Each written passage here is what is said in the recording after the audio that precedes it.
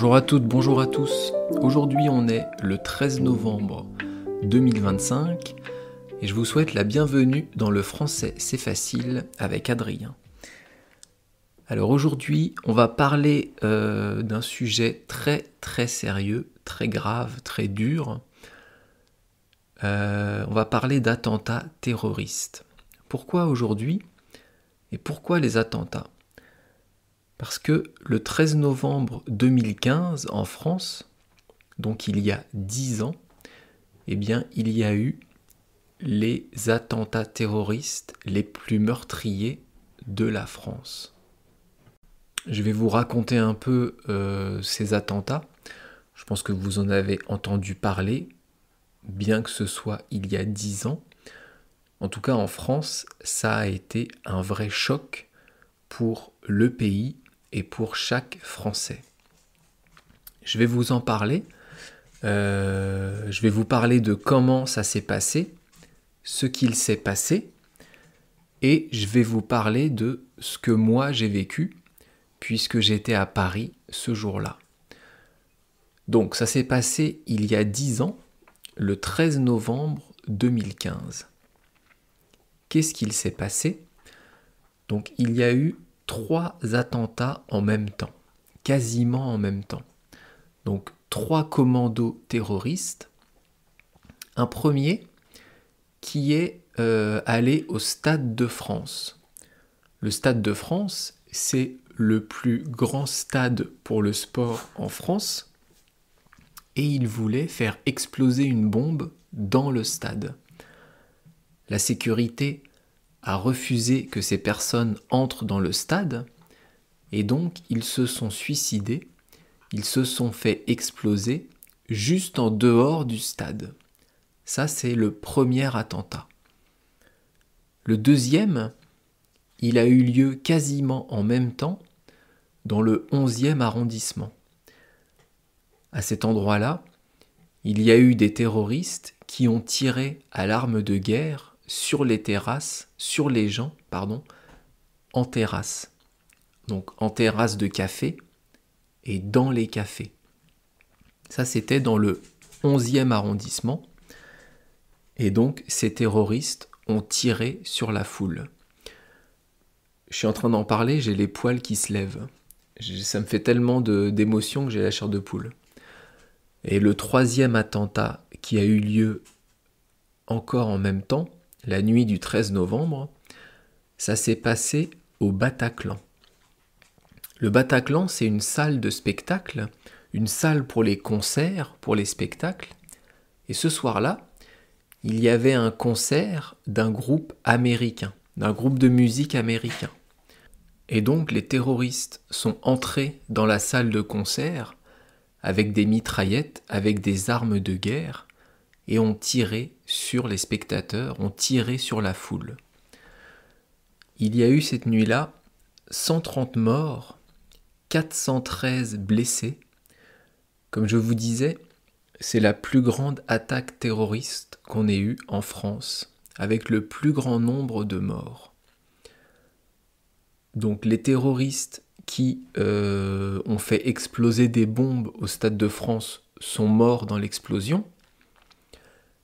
Les terroristes qui sont entrés dans la salle de spectacle, dans le Bataclan, se sont fait tuer par la police française.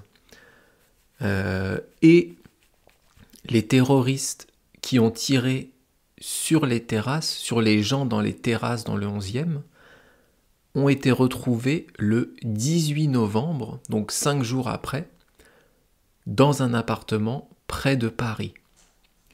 La police a donné l'assaut dans l'appartement et un terroriste s'est fait exploser et donc ils sont morts.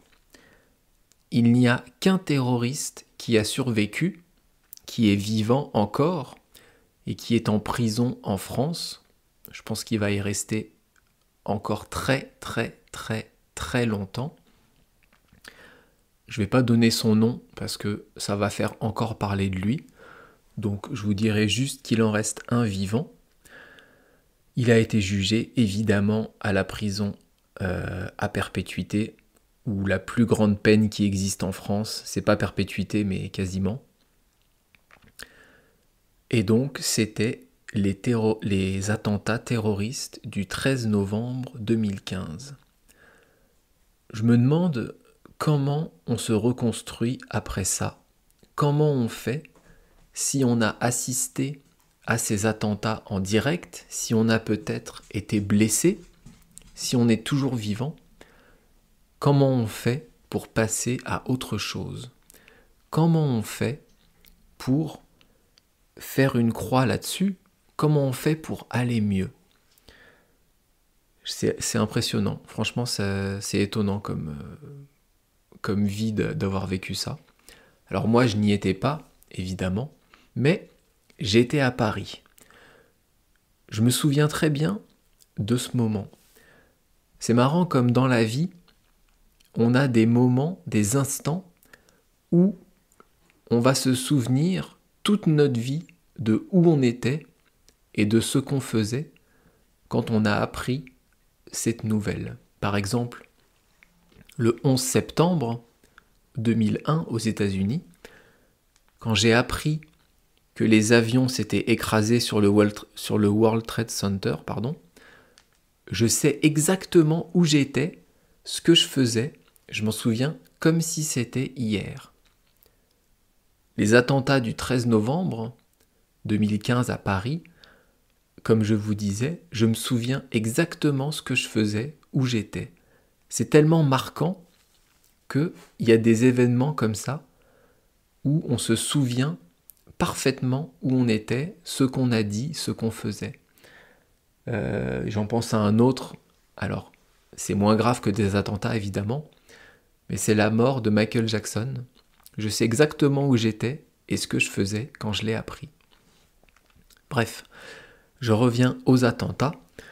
Donc j'étais à Paris, dans le 7e arrondissement, et je sortais d'un dîner chez des amis.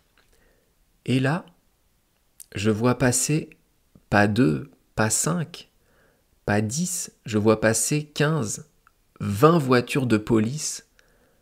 Je vois passer plusieurs camions de pompiers, 2, 3, 4, 5, 10 camions de pompiers à la suite, avec le gyrophare, avec la sirène, et je peux vous dire qu'ils allaient très très vite.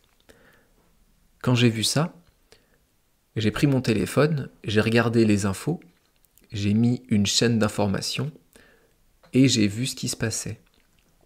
Donc je suis rentré chez moi, et j'ai suivi le déroulement des événements à la télé, comme tous les Français. Bon, je vais pas trop en parler parce que sinon, il y a beaucoup d'émotions qui vont remonter, et on n'a pas envie de pleurer dans un podcast. En tout cas, je vous conseille un film à ce sujet. C'est un film sublime, c'est magnifiquement fait. Ça s'appelle Novembre, tout simplement, comme le mois de novembre. C'est un film de Cédric Jiménez avec Jean Dujardin comme acteur. C'est top, top, top. Regardez ce film si vous voulez comprendre comment se sont passés ces événements, comment se sont passés les attentats, et après la recherche des criminels, la recherche des terroristes. Regardez ce film, Novembre, c'est extraordinaire. Bon, maintenant, on va passer à un sujet plus tranquille, on va parler d'autre chose, et on va passer à l'expression du jour, avoir un éclair de génie. Allez, on va essayer de remonter la pente des émotions et de rigoler un peu.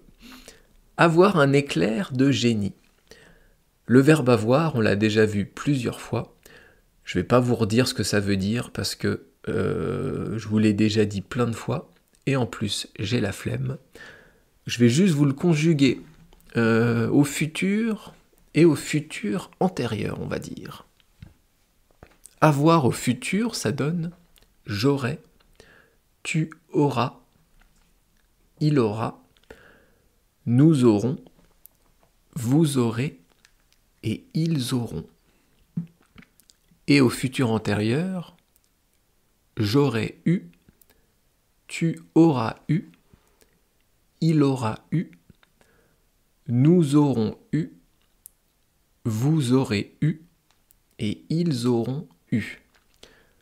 Le futur antérieur, je vous rappelle, pour le construire, pour le faire, il faut prendre l'auxiliaire être ou avoir, selon le verbe, ça dépend. On va conjuguer cet auxiliaire au futur et on rajoute le participe passé du verbe. Donc avoir, ça donne j'aurais eu, par exemple. Eu, c'est le participe passé du verbe avoir. Donc dans j'aurais eu, c'est marrant parce qu'on a l'auxiliaire avoir et le verbe avoir, ou plutôt le participe passé d'avoir. Bref, on revient donc à l'expression avoir un éclair de génie. Un éclair, c'est quoi? Un éclair, c'est ce que vous allez voir dans le ciel quand il y a de l'orage. Ça va être une décharge électrique qui va partir d'un nuage et qui va venir toucher la terre. Un éclair, c'est le symbole de The Flash, pour ceux qui connaissent les comics. Mais ça peut aussi être autre chose. Un éclair, c'est aussi une pâtisserie. Est-ce que vous connaissez les éclairs au chocolat? Est-ce que vous connaissez les éclairs au café? On fait aussi des éclairs à la vanille, à la framboise, à la mangue, à ce que vous voulez. Il y a d'ailleurs dans Paris des magasins qui ne vendent que des éclairs. Et quand j'habitais Paris, eh bien j'avais fait toute une étude personnelle sur où trouver le meilleur éclair au chocolat de Paris. J'en avais mangé beaucoup. J'ai la chance de ne pas grossir, donc je mange, mais je ne grossis pas. C'est magnifique. Et finalement, le meilleur éclair au chocolat de Paris, pour moi, eh bien, il se trouve chez Mori Yoshida. C'est une pâtisserie japonaise qui est dans le 7e avenue de Breteuil, et leur éclair est extraordinaire. Premier, Mori Yoshida, éclair au chocolat, top numéro 1. Numéro 2, la maison du chocolat. Enfin bref, c'est pas du tout de ça dont je voulais vous parler avec l'expression, mais bon, c'est bien de savoir qu'un éclair, c'est un phénomène de la météo, quand il y a de l'orage, mais c'est aussi une pâtisserie française très connue. Et enfin, dans l'expression du jour, de génie, le génie, c'est quoi? Un génie, c'est quelqu'un qui a une intelligence supérieure, qui est très intelligent, qui est vraiment au-dessus de la moyenne. Un génie, c'est Einstein, par exemple. C'est Mozart, dans différents domaines, mais c'était des génies. Et c'est aussi celui qui va accorder des vœux dans Aladdin. Dans Aladdin, le Disney, le génie qui est tout bleu, eh bien, c'est un génie, justement. Donc, ça veut dire quoi? Avoir un éclair de génie. Ça veut dire que vous avez une idée magnifique, une idée extraordinaire. Vous avez l'idée du siècle. Ça peut être pour monter un business, pour faire une entreprise. Par exemple, je pense à Doctolib, là. Eh bien, Doctolib, c'est une application pour prendre rendez-vous avec un médecin en ligne directement. Vous n'avez plus besoin d'appeler le secrétariat. Vous prenez rendez-vous directement en ligne avec votre médecin. Ça peut être un médecin généraliste, ça peut être un spécialiste. Ça existe pour toutes les professions, toutes les spécialités de médecin. Ça existe depuis, je pense, 10-15 ans, mais avant, ça n'existait pas. Mais le gars qui a eu cette idée, c'est un génie. Il a eu un éclair de génie. Il y a une autre application qui existe, qui s'appelle Blablacar. Blablacar, ça sert au covoiturage. Le covoiturage, c'est quand vous prenez des personnes que vous ne connaissez pas dans votre voiture pour aller à un endroit, et comme ça, vous partagez les frais. Vous dites par exemple sur l'application, demain, je pars de Paris et je vais à Lyon. À telle heure, s'il y a des personnes intéressées, contactez-moi. Les personnes vont vous contacter, vous partagez la voiture, vous partagez l'essence, vous partagez le péage, et vous allez là où vous voulez. Mais c'est quoi cette idée de génie ? C'est quoi cet éclair de génie que le mec a eu de faire cette application, sérieux ? Ça, c'est pour le business, mais il y a aussi des éclairs de génie du côté artistique. Je pense aux compositeurs de musique. Je vous parlais de Mozart, les classiques évidemment, Beethoven, Brahms, Bach, Rachmaninoff, etc. Ce sont tous des génies. Mais il y a aussi des génies dans la danse, dans la sculpture, dans la peinture. Avoir un éclair de génie, c'est donc avoir une idée de folie, une idée incroyable. On dit aussi avoir un éclair de lucidité.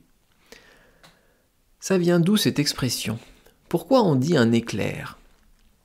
Parce qu'en fait, les ondes du cerveau, qui sont aussi rapides et brèves qu'un éclair, eh bien, ressemblent à un éclair. Les connexions des neurones dans le cerveau sont tellement rapides, quand on a une idée, quand on trouve la solution à un problème, que c'est comme qu'on le compare, à un éclair. Alors moi, mes ondes du cerveau, elles sont plutôt éclairs au chocolat que éclairs dans le ciel. Mais bon, chacun a son éclair à soi. Donc, je pense que je vous ai expliqué l'expression du jour. C'était pas très compliqué. Donc maintenant, avec votre niveau de français, vous avez compris. En anglais, on dit « a flash in the pan ». Un éclair dans la poêle. Je ne sais pas pourquoi on dit ça. Si vous avez l'explication, je suis preneur. Laissez-moi un petit commentaire. Demain, on verra une nouvelle expression du jour qui sera « nager comme une enclume » ou « nager comme un fer à repasser », on dit aussi. En tout cas, si vous le voulez, laissez-moi un petit commentaire sur YouTube si vous avez des questions. Sur Patreon, vous pouvez toujours retrouver les transcriptions des épisodes si vous vous abonnez. Et en ce moment, vous pourrez lire et écouter un livre de Jules Verne qui est « Voyage au centre de la Terre ». Et enfin, sur YouTube, 2 fois par semaine, je sors un chapitre du Petit Prince. Donc n'hésitez pas à écouter et à lire. Merci beaucoup de m'avoir écouté. Je vous laisse ici. Je vous souhaite une bonne journée. Et je vous dis donc à bientôt. Bye bye, hasta luego. Matane.